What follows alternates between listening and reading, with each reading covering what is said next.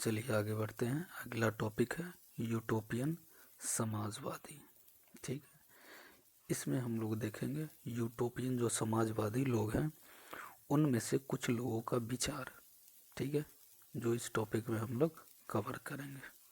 आइए सबसे पहले देखते हैं सेंट साइमन के बारे में। ठीक है, ये कौन है?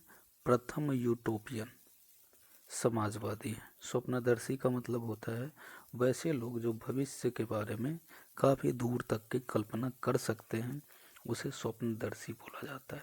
ठीक है, तो ये कौन है? यूटोपियन समाजवादी है, या फिर हम लोग ऐसे भी कह सकते हैं समाजवादी स्वप्नदर्शी लोग हैं। ठीक है, सबसे पहले व्यक्ति जिनका नाम क्या है? सेंट साइमन, जो हम लोग को पढ़ना है। ये रहने वाले कहाँ के हैं? तो फ्रांस के रहने वाले हैं, इसलिए इनको क्या बोला गया है कि फ्रांसीसी विचारक है। नाम सेंट साइमन। ध्यान रखिएगा, क्वेश्चन आता है कि सेंट साइमन किस कहाँ के समाजवादी थे, तो हम लोग बोलेंगे फ्रांसीसी समाजवादी थे या फ्रांसीसी विचारक थे।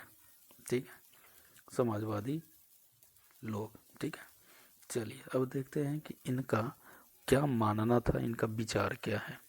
ठीक है, तो इनका ये विचार है कि जो मनुष्य है वो खुद एक दूसरे का शोषण ना करे, ठीक है, बल्कि सब लोग एक साथ मिल के रहे, और किसका शोषण करे या दोहन करे? तो वो प्रकृति का करे, ना कि खुद एक मनुष्य दूसरे मनुष्य का।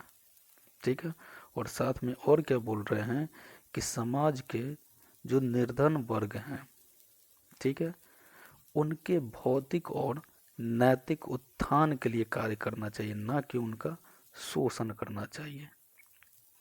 ठीक है, यहाँ तक समझे। इसके बाद और क्या बोलते हैं, उनके द्वारा जो बोला गया एक वाक्य है जो बाद में नारा भी बन जाता है समाजवाद का। वो बोले थे कि प्रत्येक को उसकी क्षमता के अनुसार तथा प्रत्येक को उसके कार्य के अनुसार। बाद में यही वाक्य जो है आगे चल के समाजवाद का एक नारा के रूप में जाना जाता है। इनका मतलब है कि प्रत्येक को आदमी जितना क्षमता है उस क्षमता के अनुसार जो काम करता है, उसके काम करने के क्षमता के अनुसार ही उसे उस कार्य के लिए पुरस्कृत किया जाना चाहिए, ऐसे विचार रखते थे। ठीक है, नाम क्या है ये? Saint Simon. ठीक है, अगला देखते हैं दूसरे जो महत्वपूर्ण विचारक हैं, जो समाजवादी के समर्थक हैं। ठीक है, इनका नाम है चार्ल्स फॉरियर। ध्यान रखेंगे, ये भी कहाँ के हैं? तो ये भी यहीं के हैं जहाँ के ये थे, यानी कि फ्रांसीसी ही हैं। ठीक है, इनके विचार के बारे में हम लोग देखते हैं। ठीक है, तो ये जो चार्ल्स फॉरियर हैं, ठीक है, इनका विचार क्या है कि ये आधुनिक औद्योगिकवाद, यानी कि नए नए तरह के जो उद्योग लग रहे हैं मशीन के साथ, यानी कि वैसे उद्योग जो मशीनों के साथ में लग रहे हैं, मशीनीकरण हो रहे हैं, उसका ये विरोध करते हैं। ठीक है, इसीलिए क्या बोल रहे हैं ये? आधुनिक औद्योगिकरण। और आधुनिक औद्योगिकरण का संबंध किससे है? तो मशीनों के द्वारा जो उद्योग धंधे लगाए जा रहे हैं उसका विरोध कर रहे हैं।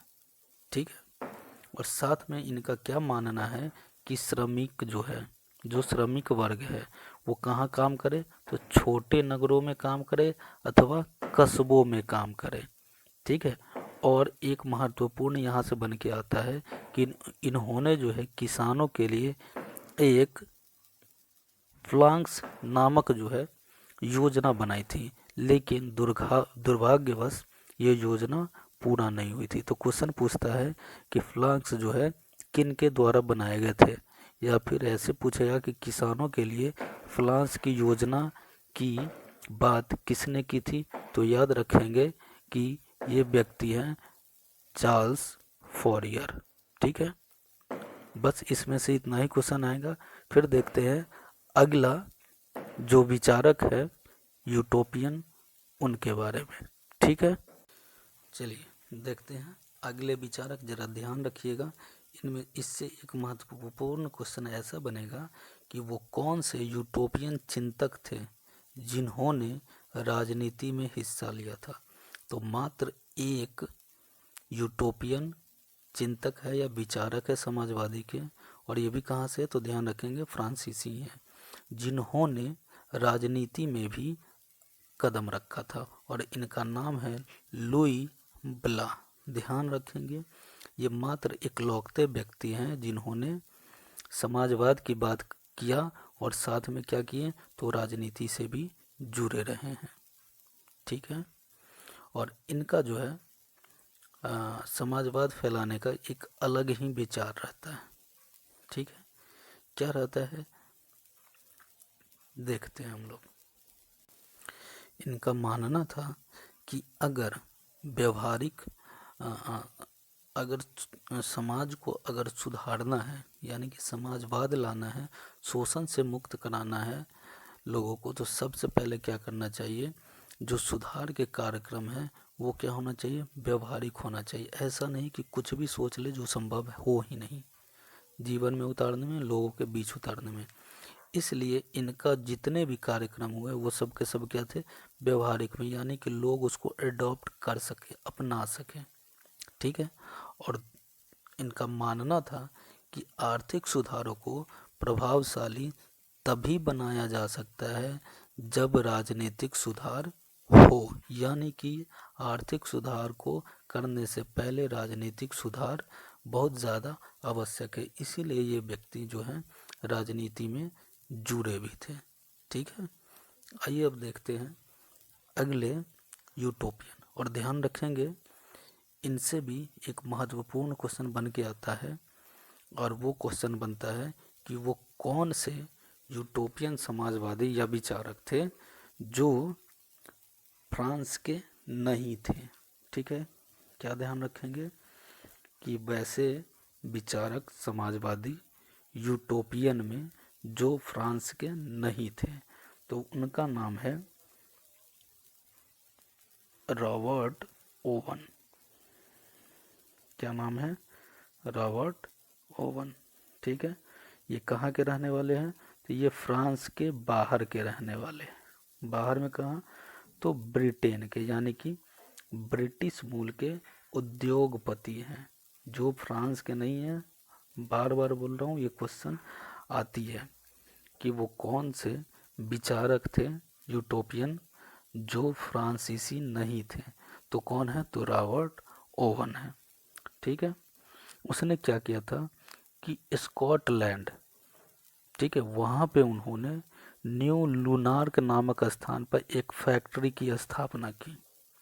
ठीक है, और इन्होंने श्रमिकों को अच्छी वेतन भी दिया और साथ में उनकी जो ज़रूरतें थी उन ज़रूरतों को भी पूरा करने का काम किया।